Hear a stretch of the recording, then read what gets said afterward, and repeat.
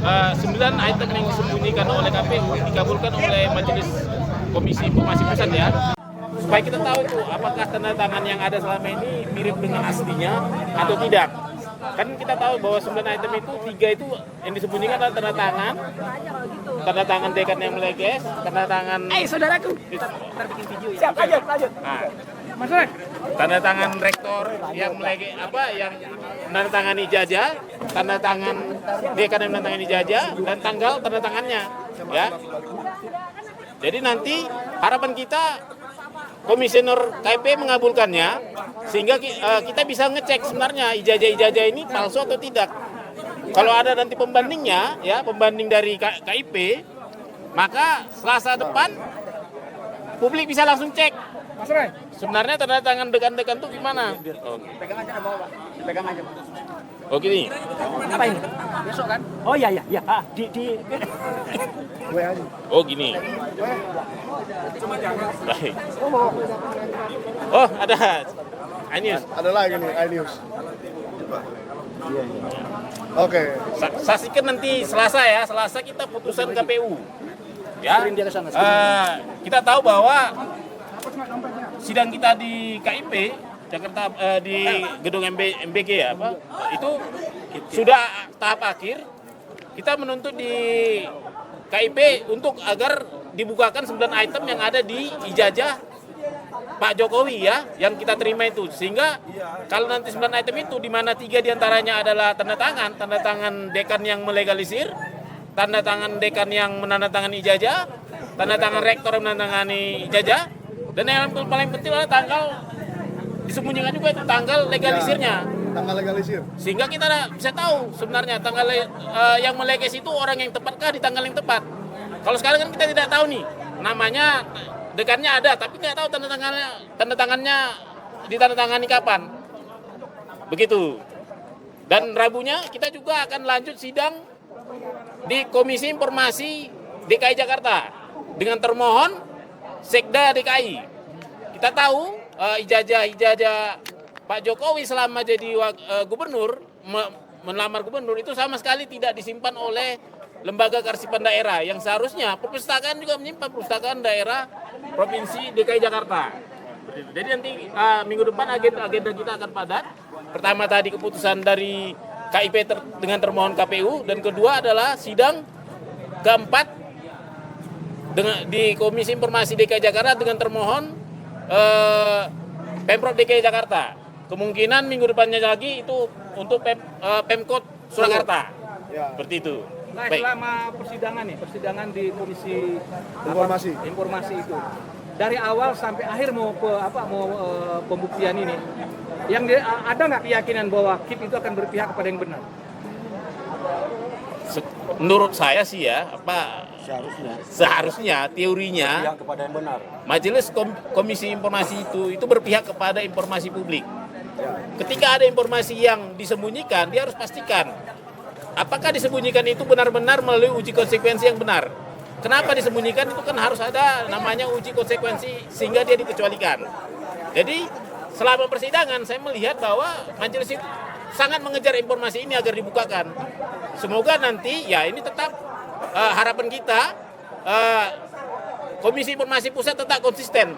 Bukan hanya kepentingan keterbukaan informasi publiknya yang dikejar, tapi juga pemohon informasinya terpenuhi ke hak-hak dan kewajibannya seperti itu. Oke, ini saya punya satu pertanyaan keren nih buat Pak Penatua. Kalau ternyata setelah dibuka semua, ternyata tanggalnya tidak ada gimana Pak? Nah berarti tidak dibuka semua. Karena salah satu tanggalnya adalah dari 9 itu. Oke. Jadi 9 itu sudah pasti tanggalnya disembunyikan? Iya. Bukan tanggalnya tidak ada ya? Bukan tidak Berarti ada. harus ada tanggal itu? Harus ada. Oke. Seperti itu. Nanti kan kita cari tahu Ada. tanggalnya berapa. Karena 9 item itu nama, NIM, tanda tangan, tanggal ditandatangani, tanda tangan di bawahnya itu tanda tangan rektornya, tanda tangan dekannya, seperti itu. Oke. Karena kan putih tuh, jadi nggak terlalu Iya. kelihatan.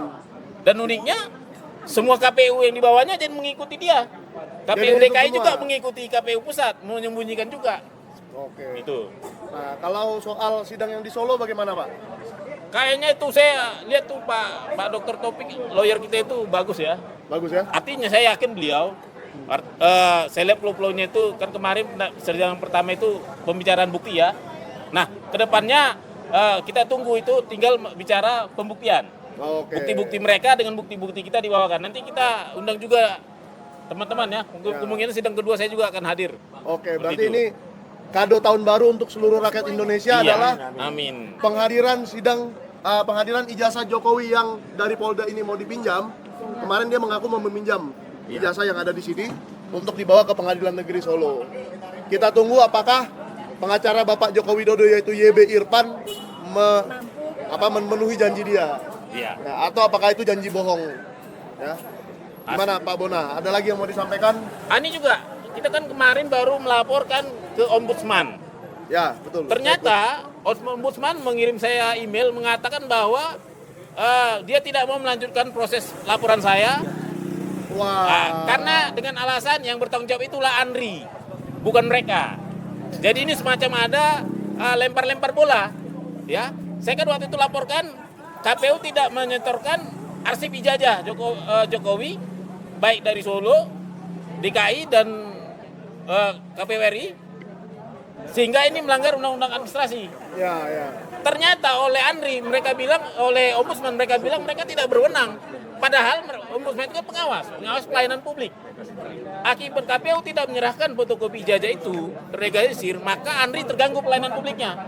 Pelayanan publiknya adalah dia wajib memberikan informasi arsip-arsip jika ada publik yang ingin melihat arsip yang mereka pegang. Termasuk ijazah Joko Widodo. Termasuk justru presiden yang paling utama ijazahnya, bukan ijazah betul. gubernur atau ijazah saya kan.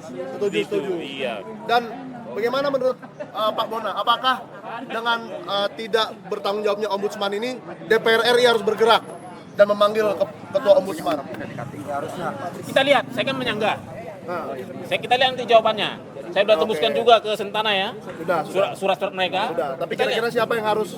Kan Ombudsman itu pengawas. Ya. Tapi pengawasnya ini kayaknya nggak mau kerja. Ya. Siapa lagi yang mengawasi dia di Pengawasnya atasnya? pengawas lagi, yaitu DPR. DPR RI. Iya. Nah, kita DPR harus harus menuntut pula. kepada DPR RI ini sebagai wakil rakyat yang kita pilih.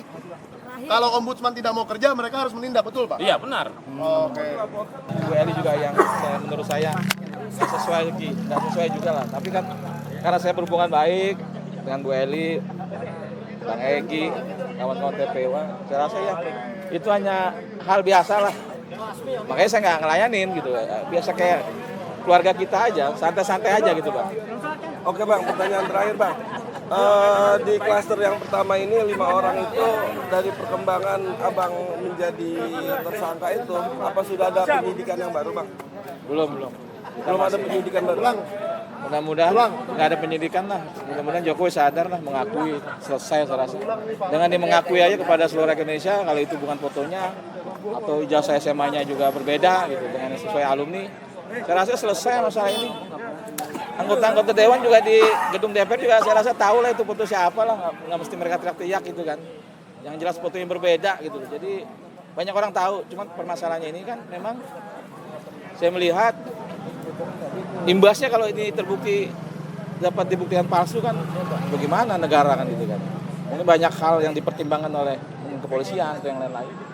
Jadi harapannya nggak berlanjut lagi untuk pemeriksaan ataupun apa? Ya saya berharap selesai dengan pengakuan Jokowi aja gitu, bukan dengan memaafkan kami.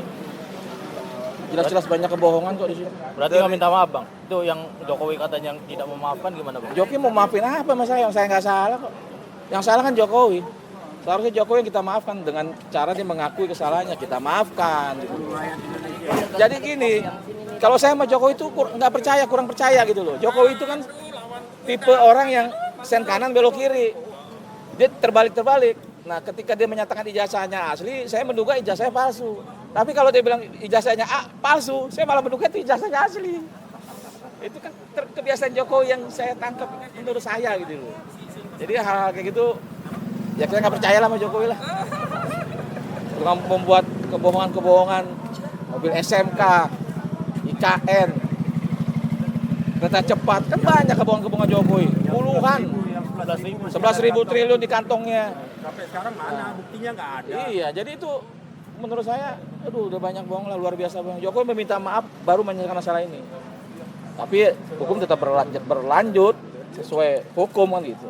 Jadi kalau Jokowi memang bukan minta maaf Kira-kira seperti kepada itu, saya, Bang. tapi Oke, Jokowi Bang. minta Terima maaf kasih, kepada Bang. seluruh rakyat Indonesia.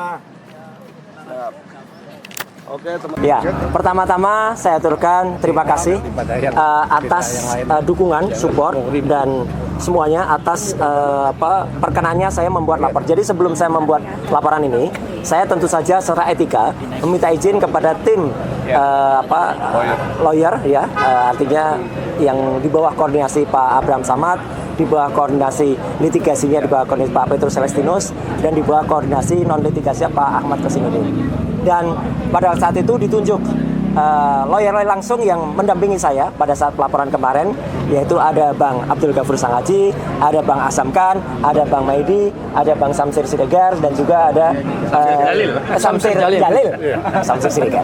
Dan juga saya terima kasih untuk pendukung yang selalu menyertai kita ya, ibu-ibu dari ARM, yang juga dari teman-teman semua, dari YouTuber juga, ada Michael di sini juga yang ada kaitannya juga sih gitu dengan perkara ini. Jadi nanti saya sampaikan. Jadi intinya begini, ya. Pada hari Senin kemarin saya datang ke SPKT, Sentra Pelayanan Kepolisian Terpadu, ya, untuk membuat atau membuka laporan polisi, dan sudah keluar STTLB-nya /B /114 /1 /2026 SPKT Polda Metro Jaya, laporan saya.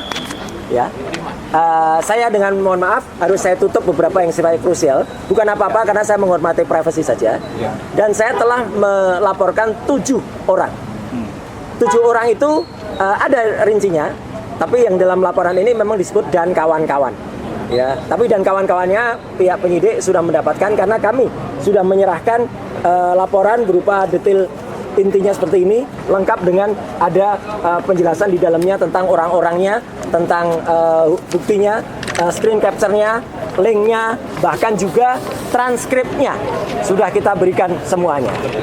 Petunjuk dan buktinya ada. Jadi kenapa kita melaporkan pasal 433 ayat 2 dan 434 ayat 1 di KUHP yang baru? Karena itu yang terkait langsung dengan peristiwa yang saya alami.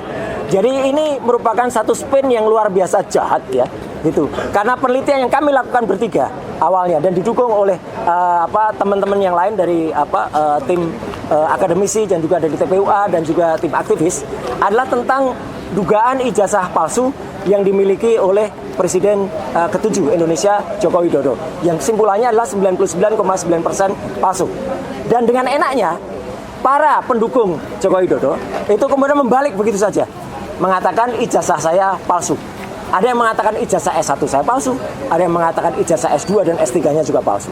Dan nanti saya akan tunjukkan kepada teman-teman semua, ya, kalau Jokowi itu dulu mau bersifat negarawan dan mau terbuka, tunjukkan saja ijazahnya, selesai. Orang bisa lihat, bisa menguji ijazah itu benar apa enggak. Mau tanyakan ke Universitas Gadjah Mada, mau tanyakan ke Universitas Negeri Jakarta, silahkan. Ya, nanti di bagian akhir saya tunjukkan. Tapi yang jelas, secara lucu, semalam, tepatnya dua malam sebelumnya, lawyer kami, ya, Pak Ghafur Sangaji, memang sudah menyampaikan ya acara hari ini. Dan pada saat itu juga sudah mulai ada yang kelihatan kayak cacing kepanasan, ya gitu, bingung gelisah apa. Dan semalam ada yang lebih gelisah lagi. Semalam di salah satu TV ada yang sudah pakai baju tahanan, ada yang buka kaos dan kaos tahanan, calon kali ya, gitu. Dan maka pada hari ini mohon didengarkan baik-baik, ya, gitu, tanpa kemudian bersifat mendahului pihak kepolisian. Nama-nama terlapor, inisialnya akan saya sebut. Ya. Inisial yang pertama adalah A. Inisial yang kedua adalah B. Inisial yang ketiga adalah D. Inisial yang keempat adalah F. Inisial yang kelima adalah L. Inisial yang kelima adalah U. Dan inisial yang keenam adalah U. Dan inisial yang ketujuh adalah V. Jadi A, B, D, F, L, U, V. Itu adalah orang-orang yang kami laporkan dan ada di dalam detail penjelasan yang sudah ada di dalam laporan kepolisian nomor STTLB /B /114 /2026 SPKT Polda Metro Jaya. Saya jelaskan lagi. Jadi memang ada 2 klaster. Klaster yang pertama, saya dituduh berijazah palsu. Ya.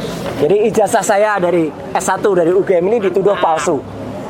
Clear ya, jelas betul. Ini ada legalisasinya. Silakan difoto, silakan dianalisis. Ya, kalau ada orang ya silakan diuji Ella, silakan diuji luminescence gradient. Silakan diuji apapun. Kalau ini apa ijazahnya. Kemudian bentuk kejujuran ya? Artinya bentuk kejujuran. Kemudian ijazah S2 saya dari UGM juga ini. Silakan diuji. Silakan diuji juga. Ini saya magister kesehatan, makanya di belakang saya ada MKes-nya. Kalau tadi gelarnya di depan ada dokter Andesnya. Dan saya S3. Kenapa saya perlu jelas S3? S3 inilah saya memutuskan untuk mengundurkan diri dari partai karena saya sekolah menempuh S3 ini. Dan alhamdulillah 4 tahun kemudian saya lulus dari Universitas Negeri Jakarta. Bisa diuji. Bisa diuji. Yang sini bang. Ya. Clear ya? Ya. Ya, jadi artinya 1, 2, 3, S1, S2, S3 ada semua ya. Ada semua dan silahkan kalau ada ya silahkan. Dan kalau ada yang kemudian melakukan itu mari kita buktikan dia berarti apa? Karena dia sudah menuduh ijazahnya palsu. Gitu ya. Kemudian bla bla bla. Yang kedua yang tadi sudah disebut. Saya dituduh melakukan korupsi di proyek Hambalang ya. Saya justru mengundurkan diri dari partai itu karena mau sekolah tadi. Ya. Dan salah sedikit dari orang di partai itu yang telah memperoleh 5% sebagai kader terbaik partai. Saya kader terbaik dari partai itu tahun 2016. Dan setelah itu saya justru 4 tahun berikutnya saya izin kepada ketua umum waktu itu untuk mengundurkan diri karena saya mau sekolah. Jadi saya memang hubungannya tidak buruk. Saya hubungannya tetap baik. Dan justru karena hubungan baik itu, maka ketika saya dituduh kemudian melakukan korupsi di Hambalang, alhamdulillah justru nanti akan ada saksi yang sangat prinsipal yang mengetahui persis ketika kasus Hambalang itu beliau berada di KPK. Ya, dan itu akan sangat membantu kita dan akan menjelaskan Roy Suryo tidak termasuk dalam lidik dan tidak ada. Clear banget. Ya, kenapa saya dibikin videonya? Jadi sebenarnya pasal 32 dan 35 Undang-Undang ITE pun masuk dan nanti akan didalami karena saya digambarkan ada di Hambalang, saya digambarkan ada di rombongan yang meneliti itu dan saya digambarkan terlibat dalam urusan itu. Jadi sekali lagi tuduhan-tuduhan mereka kabar bohong dan fitnah adalah telak ya. Dan itu masuk semua. Jadi makanya Polda Metro Jaya dengan cepat bisa menerbitkan LP. Karena mereka melihat tuduhan ijazah palsu adalah telak. Tuduhan saya terlibat korupsi Hambalang adalah telak, semuanya adalah fitnah dan kabar bohong. Jadi sekali lagi kepada 7 pelaku ya A, B, D, F, L, U, V siap-siap saja untuk menerima panggilan dari Polda Metro Jaya. Tidak perlu seperti cacing kepanasan, sudah pakai kaos tahanan ya gitu dan kemudian sudah dan babur gol lagi ya gitu itu kan apa. Dan sekali lagi terima kasih untuk TAKA ya di bawah koordinasi Pak Abraham Samad, Pak Petrus Resi dan Pak Ahmad Kusinudin yang sudah mendampingi dan ibu-ibu semua juga ada lawyer-lawyer ibu-ibu di sini yang memberikan kami saran. Jadi sekali lagi saya tetap dengan etika sebelum saya lapor saya minta izin dulu untuk menerbitkan ini. Sekali lagi terima kasih. Wassalamualaikum warahmatullahi wabarakatuh. Ya, ada pertanyaan? Cukup Pak. Ya cukup ya. Oke, clear. Terima kasih. Jadi ini bukan peristiwa yang dilaporkan semuanya. Semuanya udah jelas ya. Yang bohong peristiwa ternyata laporannya bukan peristiwa. Ya, clear ya udah semuanya. Ya nanti saya sampaikan. Jelas ya semuanya. Nggak perlu saya tunjukkan ya. Ini detailnya ada semua nih. Gambar-gambarnya, videonya ada semua nih. Gambarnya, videonya ada semua nih laporannya. Rahasia ya. Gitu, nanti. Biar mereka cari sendiri. Iyalah silahkan cari sendiri dan bingung. Sorry.